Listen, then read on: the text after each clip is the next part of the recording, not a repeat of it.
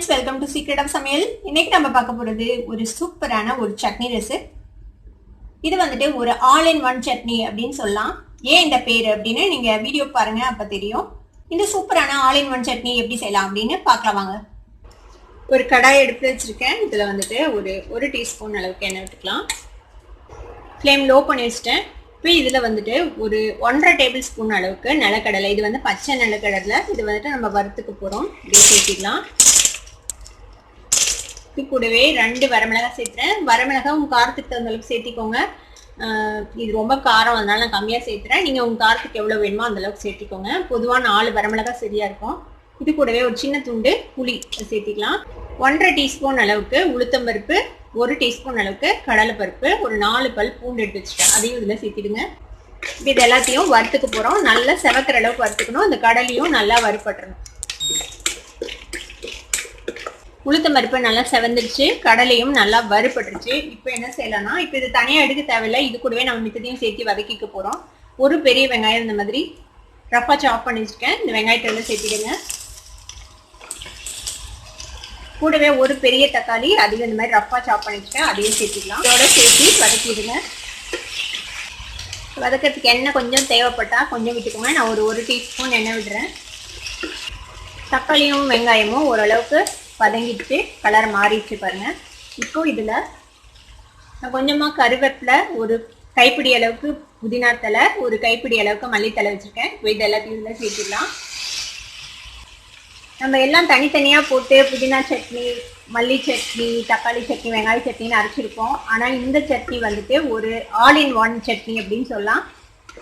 நம்ம எல்லா சட்னிக்கு யூஸ் பண்ணுறதையும் கொஞ்சம் கொஞ்சம் போட்டு இந்த சட்னி செய்ய போகிறோம். ஆனால் டேஸ்ட் வந்து சூப்பராக இருக்கும். இப்போ இதையும் நம்ம வதக்கி விட்டுடலாம். பார்த்தீங்கன்னா தெரியும், நான் கொத்தமல்லி தலையை ஆஞ்செல்லாம் போடலை, அந்த தண்டோடையே போட்டிருக்கேன். முடிஞ்ச அளவுக்கு அந்த தண்டையும் யூஸ் பண்ணுங்கள். அது ரொம்பவே நல்லது, ரொம்ப ஃபைப்ரஸ், உடம்புக்கு ரொம்ப நல்லது. ஃப்ளேவரும் அந்த தண்டில் தான் அதிகமாக இருக்கும் மல்லி தலையை விட. இது ரொம்ப வதக்க தேவையில்லை. இந்த பச்சை கலர் மாறாத அளவுக்கு வதக்கிக்கோங்க, புதினாவையும் கொத்தமல்லியும். இது கூட நான் ஒரு 2 டேபிள் ஸ்பூன் அளவுக்கு தேங்காய் துருவி வச்சுக்கேன். தேங்காவும் அதோட சேர்த்துக்கலாம். இதையும் வதக்கி விட்டுருங்க. இது கூட ஒரு பிஞ்ச் அளவுக்கு பெருங்காயத்தூள் சேர்த்துக்கோங்க. வதக்கியாச்சு. ரொம்ப நேரம் வதக்கணும்னு அவசியம் இல்லை, அவ்வளோதான். நம்ம அடுப்பு ஆஃப் பண்ணிடலாம். இந்த சட்னிக்கு தேவையான அளவுக்கு உப்பு சேர்த்திக்கோங்க. இது ஆறுனதுக்கு அப்புறம் இதை வந்துட்டு நம்ம அரைச்சி எடுத்துக்க போறோம். கொஞ்சம் கரகரப்பா அரைச்சி எடுத்துக்கணும். இது ஆறட்டும், ஆற வரைக்கும் வெயிட் பண்ணலாம். இப்போ நம்ம வதக்குனது வந்துட்டு மிக்சி ஜாருக்கு மாத்தியாச்சு. இதை வந்துட்டு ஃபர்ஸ்ட் தண்ணி விடாம அரைங்க.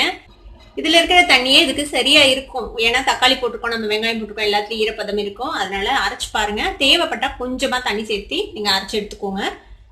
இப்போ இதை நான் அரைச்சி எடுத்துட்டு வந்துடுறேன். நம்மளோட சட்னி வந்துட்டு அரைச்சி எடுத்தாச்சு. இந்த மாதிரி கொஞ்சம் கரகரப்பா அரைச்சி எடுத்துக்கோங்க. இப்போ நம்மளோட சட்னி ரெடி ஆயிடுச்சு. இப்போ இதை வந்துட்டு நம்ம தாளிச்சு கூட்டிடலாம். கடாய் அடுப்பு வச்சுருக்கேன். இதுல ஒரு டீஸ்பூன் எண்ணெய் விட்டுக்கோங்க.